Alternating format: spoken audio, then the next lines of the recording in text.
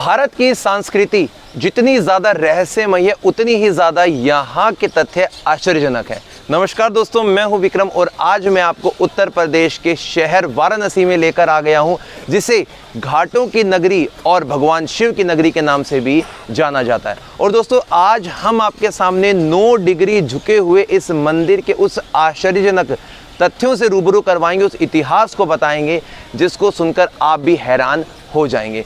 पीछे की तरफ आपको पीसा की मीनार से भी ज़्यादा झुका हुआ रत्नेश्वर महादेव का ये मंदिर दिखाई दे रहा है, जो कि गंगा नदी के अंदर तकरीबन 12 से 15 फीट और भी गहराई में बना हुआ है। और इसका जो झुकाव है वो यहाँ के सैलानियों के लिए, रिसर्चर्स के लिए बहुत ज़्यादा अलग अलग उनके दिमाग में पजल क्वेश्चंस क्रिएट करता रहता है कि क्या ये जब मंदिर बना तब भी ये 9 डिग्री झुका हुआ था या क्या है इसके पीछे का इतिहास। तो दोस्तों, सबसे पहले मैं आपको बता देता हूँ कि रत्नेश्वर महादेव जो ये मंदिर है ये 84 फीट ऊंचा है और ये गंगा नदी के किनारे बसा हुआ है और 9 डिग्री इसका झुकाव है। इसका जो निर्माण है वो महारानी अहिल्याबाई होलकर की एक दासी रत्नाबाई के द्वारा 18वीं सेंचुरी के अंदर करवाई गया था। और दोस्तों, इस मंदिर को जब हम देखेंगे तो यहाँ पर आगे की तरफ जो इसका मंडप और महामंडप का जो भाग है वो अधिकांश तौर पर पानी के अंदर डूब चुका है, लेकिन कुछ हिस्से जो कि वेट लिफ्टर होते हैं या फिर अंतरिक्ष में जो उड़ने वाले संरक्षक होते हैं उनको आप यहाँ पर देख रहे हैं। इन पिलर के ऊपरी भाग में पानी के स्तर में ज़्यादातर हिस्सा डूब चुका है, सिर्फ यही देखने को आपको मिल रहा है। और मंडप और महामंडप के ऊपरी हिस्से में जब आप देखेंगे तो यहाँ पर जो ये शेप बनाई गई है, ये जो पत्थर यहाँ पे लाया गया था वो पास में ही जगह पड़ती है चुनार का सैंडस्टोन इस्तेमाल किया गया था इस मंदिर को बनाने के लिए।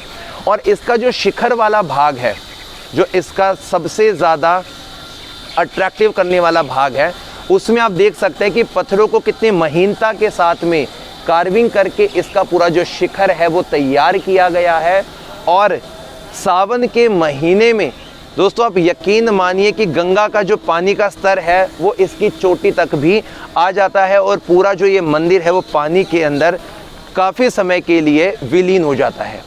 कुछ महीने हैं जैसे कि अप्रैल मई, सावन से पहले के महीने, उस समय इस मंदिर का जो गर्भगृह है वहाँ पर जो शिवलिंग स्थापित किया गया था रत्नाबाई के द्वारा, उस शिवलिंग के दर्शन होते हैं। लोग यहाँ पर आते हैं, पूजा अर्चना करते हैं और इसको हम नागर शैली के बेसिस पर देख पा रहे हैं कि जो नागर शैली की जितनी भी संरचनाएं होती हैं वो इसी प्रकार की हमें दिखाई देती हैं। बनारस का जो नामकरण है वो 2 नदियों के नाम से जाना जाता है। एक नदी है वरुणा, एक नदी है असी। उन दोनों के मिक्सचर से बनारस का जो नामकरण है वो हुआ था। और यहाँ पर काफ़ी सारे ऐसे तथ्य हैं जो हम यहाँ के जो लोकल बाशिंदे हैं जो यहाँ पर रह रहे हैं उनसे हम बातचीत करेंगे और आपके सामने काफ़ी सारी जो बातें हैं वो लेकर आएंगे। इस घाट का नाम है मणिकर्णिका घाट और यहाँ पर कुल मिलाकर 84 घाट हैं। अब कुछ घाट और एक्सटेंड कर दिए गए हैं समय के अनुसार, तो उन घाटों में से जो सबसे प्राचीन घाट है वो यही यानी कि मणिकर्णिका घाट बना हुआ है। काशी का जो जिक्र है वो आपको महाभारत शासन काल के अंदर, अथर्ववेद के अंदर और भी काफ़ी बड़े बड़े जो काव्य खंड हैं उनके अंदर भी देखने को मिलेगा। अब यहाँ के कुछ लोकल निवासियों से बातचीत करते हैं और बाकी बातें आपके सामने लेकर आते हैं। काशी शुरू से ही सर्वप्रथम नगरी मानी गई है, विश्व की ब्रह्मांड की सर्वप्रथम नगरी मानी गई है काशी। और वेदों में भी इसका उल्लेख है और वेदों में काशी का नाम ही है और किसी शहर का नाम नहीं है वेद में, इसलिए काशी को विश्व का सबसे प्राचीन शहर माना गया है, बसा हुआ शहर। यहाँ का जो सीवर सिस्टम वगैरह है सब आपको नेचुरल सीवर सिस्टम है और विश्व का सबसे प्राचीन सीवर सिस्टम यहाँ पे ऊपर आपको ये पक्का महाल है, पीछे बसी हुई काशी यहाँ पे है। जो काशी के पुराने नाम जिसके बाद आज हम इसे वाराणसी बोलते हैं, तो वो कौन कौन से नाम हमारे पुराणों में हमें देखने को सुनने को मिलते हैं? प्रथम नाम तो इसका आनंदवन बोला गया है, और उसके बाद काशी नाम पड़ा, उसके बाद बनारस नाम पड़ा, फिर लास्ट में ब्रिटिश पीरियड आते आते इसका नाम वाराणसी पड़ा।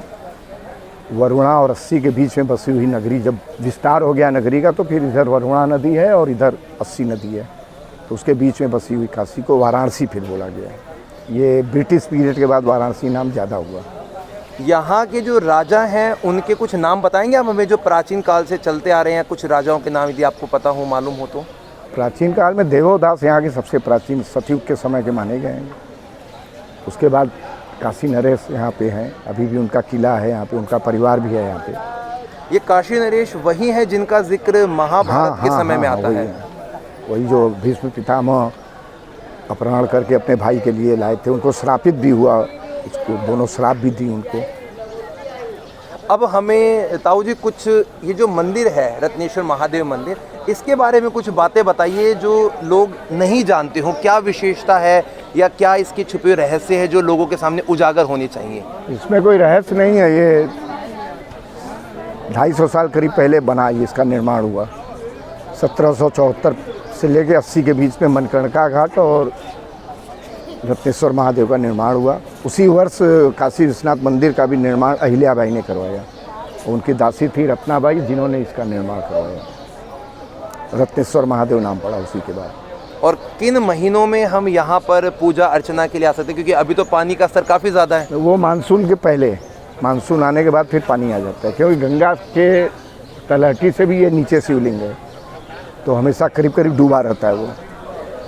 अब आप हमें थोड़ा सा मणिकर्णिका जो घाट है इससे भी थोड़ा रूबरू करवाइए, लोगों को बताइए कि क्यों इसका जो नाम है वो मणिकर्णिका बसा, या क्या इसके पीछे जो वैदिक ग्रंथों में जनश्रुतियाँ हैं, जो वाक्य हैं, वो कौन कौन से प्रसिद्ध होते हैं? मणिकर्णिका गंगा के पहले का माना गया है, और ये कुंड है, अभी साफ़ हो जाएगा तो इसमें नीचे से स्वयं पानी निकलता है, और ठंडे में एकदम गर्म पानी रहता है जिसमें धुआं भी निकलता है, इतना गर्म रहता है, और जाड़े में एकदम चिल्ड पानी रहता है इसका।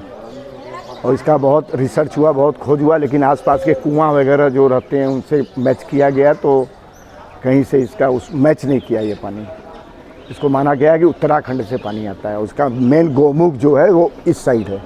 अच्छा, जो एकदम जब नीचे जाता है उसका फ़ोटो है मेरे पास, वीडियो।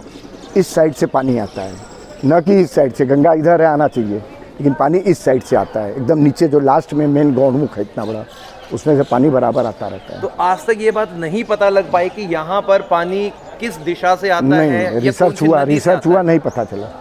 यानी कि चमत्कार है काफ़ी यहाँ और पे। मान्यता है कि उत्तराखंड का पानी है, क्योंकि वहाँ ऐसे पानी है कि जहाँ जाड़े में गर्म और गर्म में ठंडा पानी हो जाता है।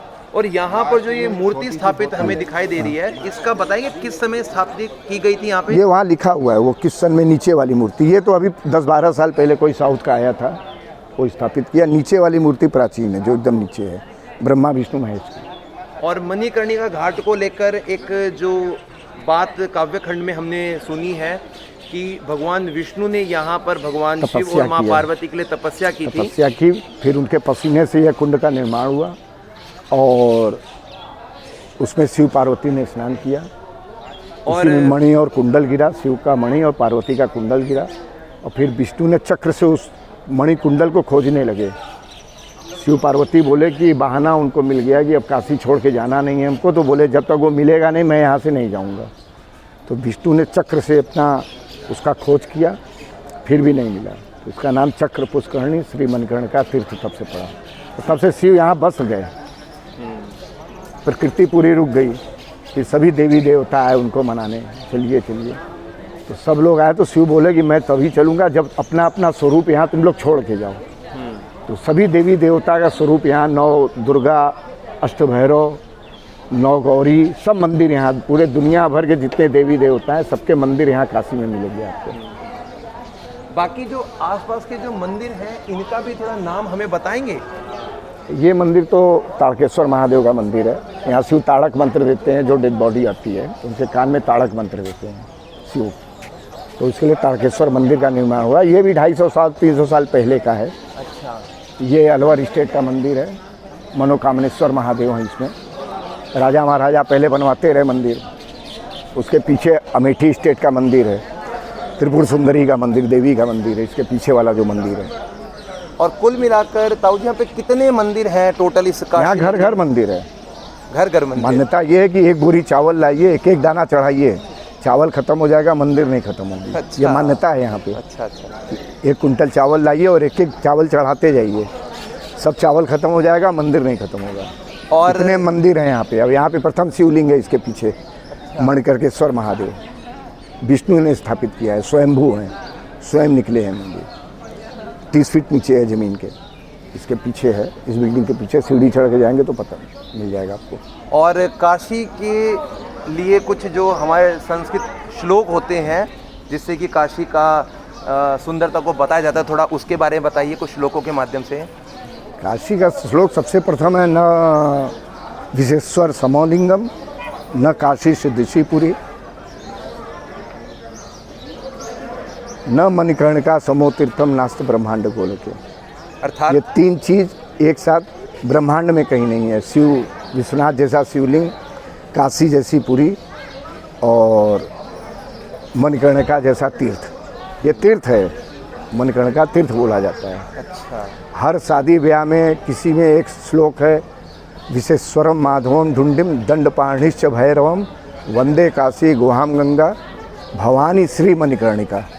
ये आपको ईस्ट से लेकर साउथ तक, कश्मीर से कन्याकुमारी तक, हर सुख और दुख दोनों में ये मंत्र बोले जाते हैं, जिसमें मणिकर्णिका का नाम है। और मणिकर्णिका के नाम से लक्ष्मीबाई का नाम पड़ा। यहाँ ननिहालता यहीं पैदा हुई थी, तो मणिकर्णिका के नाम से उनका नाम पड़ा। मनु नाम शॉर्ट नाम था, वैसे मणिकर्णिका नाम था उनका। तो उनका भी एक घाट यहाँ पर है? हाँ, 80 घाट पे उनका जन्मस्थली, उनके नाना का घर था वो। अच्छा। तो आज उनके परिवार के वंशज यहाँ रहते हैं? नहीं, अब कोई नहीं रहता। अब कोई नहीं रहता। उनका है जन्मस्थली है वहाँ पे बना हुआ। बाकी अपने भारत का जो सबसे बड़ा शमशान घाट है वो भी मणिकर्णिका घाट पे बना हुआ है, और बताते कि हर रोज यहाँ पे 200 से 300 हाँ, नियर अबाउट एवरेज 200 है, 200-250 एवरेज है यहाँ पे। ये मणिकर्णिका के बगल में रहने से ज़्यादा ये महाश्मशान हो गया। हरिश्चंद्र प्राचीन है लेकिन महाश्मशान नहीं है वो। 2 महाश्मशान है भारत में, एक मणिकर्णिका महाश्मशान और एक उज्जैन, वो भी महाश्मशान की संख्या उनको दी है। ऐसा बताते कि यहाँ पे जिन लोगों के शव को जलाया जाता है उनको मोक्ष प्राप्त होता है। जलाने से मोक्ष नहीं है, यहाँ मरने से मोक्ष है। काश्याम मरण्याक्त मुक्ति, काशी में मरने से मोक्ष है, जलाने से मोक्ष नहीं है कि आप जिंदगी भर पाप करते रहे और यहाँ आके जल गए और मोक्ष मिल गया। जन श्रुतियों में ऐसा लिखा ना ना ना ना ना। अच्छा, तो ये एक कहीं जलान मोक्ष नहीं लिखा है, काश्याम मरण्याक्त मुक्ति है। काश्याम जलान मुक्ति नहीं है यहाँ पे कहीं। वो किंवदंतियाँ हैं, जलाने से हो जाता है, लेकिन यहाँ मरने से मोक्ष मिलता है। तो कितने वर्षों से यहाँ पर ये जो शमशान महाशमशान है वो चल रहा है? ये नियर अबाउट मान के चलिए कि 200 साल के अंदर ही ये है। 170-75 साल पहले शुरुआत हुआ यहाँ पे। प्राचीन शमशान नहीं है, प्राचीन हरिश्चंद्र है। ये 170-75 साल पहले यहाँ एक लाला कश्मीरी मल थे, औरंगजेब के फाइनेंस मिनिस्टर टोडरमल के ग्रैंडसन थे। उनकी माँ मरी तो फिर वो ले गए, हरिश्चंद्र गए तो वहाँ पैसे को लेन देन को लेके वहाँ उनसे लड़ाई हुई, तो आके यहाँ पे खरीदे घाट। उतने दूर तक जहाँ तक उनको चिता लगाना था वहाँ स्वर्ण मुद्रा वहाँ पे बिछा के वो खरीदे, फिर अपनी माँ का दाह संस्कार किए। फिर यहाँ के स्थानीय लोग फिर यहाँ पे आने लगे, धीरे धीरे मान्यता बढ़ती गई इसकी। और कुछ लोग किंवदंतियों में ये भी कहते हैं कि भगवान शिव ने माँ सती के शरीर का यहाँ पे दाह संस्कार किया था। तो ये कहानियाँ जनश्रुतियाँ हैं ये। ठीक है। और इस मणिकर्णिका घाट की कुछ और बातें जहाँ पे दाह संस्कार होता है, विधि विधान, पिंडदान, ये सब चीज़ें जो यहाँ पे होती हैं। तीर्थ में यहाँ श्राद्ध, तीर्थ श्राद्ध होता है, वो भी जलाने के बाद नहीं होता है। मरने के 1 वर्ष बाद फिर तीर्थ में श्राद्ध होता है। आदमी को मर जाता है तो उसके 1 साल बाद फिर तीर्थ में श्राद्ध होता है। बाकी तो यहाँ दिन फर्स्ट डे जो मरता है उस दिन वहाँ चिता के पास ही श्राद्ध उनका होता है। श्राद्ध भी नहीं, वो पिंड होता है। श्राद्ध बहुत शुद्ध चीज़ है। और ताऊ जी एक बात और बताइए कि यहाँ पे जो कुल मिलाकर जो घाट है इन घाटों में से सबसे प्रमुख कौन से घाट है जिनकी कुछ अलग विशेषता है, कुछ अलग मान्यता है? बाद में कई घाट राजा महाराजा जो आए, मुगल पीरियड और ब्रिटिश पीरियड के पहले जो राजा लोग थे वो अपने अपने स्टेट के नाम से घाट बनवाते गए। और फिर प्राचीन घाट तो मनकर्णिका है, उसके बाद सिंधिया घाट है, सिंधिया स्टेट ने बनवाया। फिर इधर साउथ के लोग इधर ज़्यादा घाट बनवाए, उधर मिनी साउथ आपको लगेगा तेलंगाना में। और ऐसा कौन सा महीना है कि जब यहाँ पर लाखों की तादाद में सैलानी आते हैं? यहाँ का कोई विशेष त्योहार बताइए जिससे कि लोगों को मालूम पड़े कि काशी नगरी का कोई प्रथम या कोई बड़ा महोत्सव। काशी तो यहाँ 7 वार 8 त्यौहार बोला गया है। हफ्ते में 7 दिन होता है, लेकिन 8 दिन त्यौहार मनाया जाता है यहाँ पर? हाँ, अच्छा। त्यौहार की यहाँ कमी नहीं है, यहाँ त्यौहार मनाता ही रहता है लोग आदमी। अब इधर लेटेस्ट में नया त्यौहार ये देव दीपावली हो गया है। ये कब से शुरू हुआ ये? ये देव दीपावली तो अनादिकाल से है, पहले संक्षिप्त था, पंचगंगा घाट पे होता रहा, फिर धीरे धीरे बढ़ता गया, आज वो पूरे विश्व में प्रसिद्ध हो गया है। और ये जो देव दीपावली मनाते हैं, इसके पीछे कौन सी ऐसी कहानी है जिसकी वजह से शुरू हुआ था ये? नाम से ही समझ लीजिए, देवता लोग आके यहाँ दीपावली मनाते हैं, इसलिए इसको काशी देव इतना दीपावली प्राचीन बोलते है, हैं। इसीलिए देव दीपावली बोलते हैं। और कुछ हमें इस मंदिर के बारे में बताएंगे आप? ये ताड़केश्वर मंदिर है। किनको भी समर्पित है ये? ये शंकर ताड़क मंत्र यहाँ देते हैं, इसलिए ताड़केश्वर मंदिर का निर्माण हुआ। ठीक है, तो यहाँ पे भगवान शिव का, शंकर क्या? शिव का जो शिवलिंग है वो स्थापित है यहाँ पे। ये सामने है मंदिर।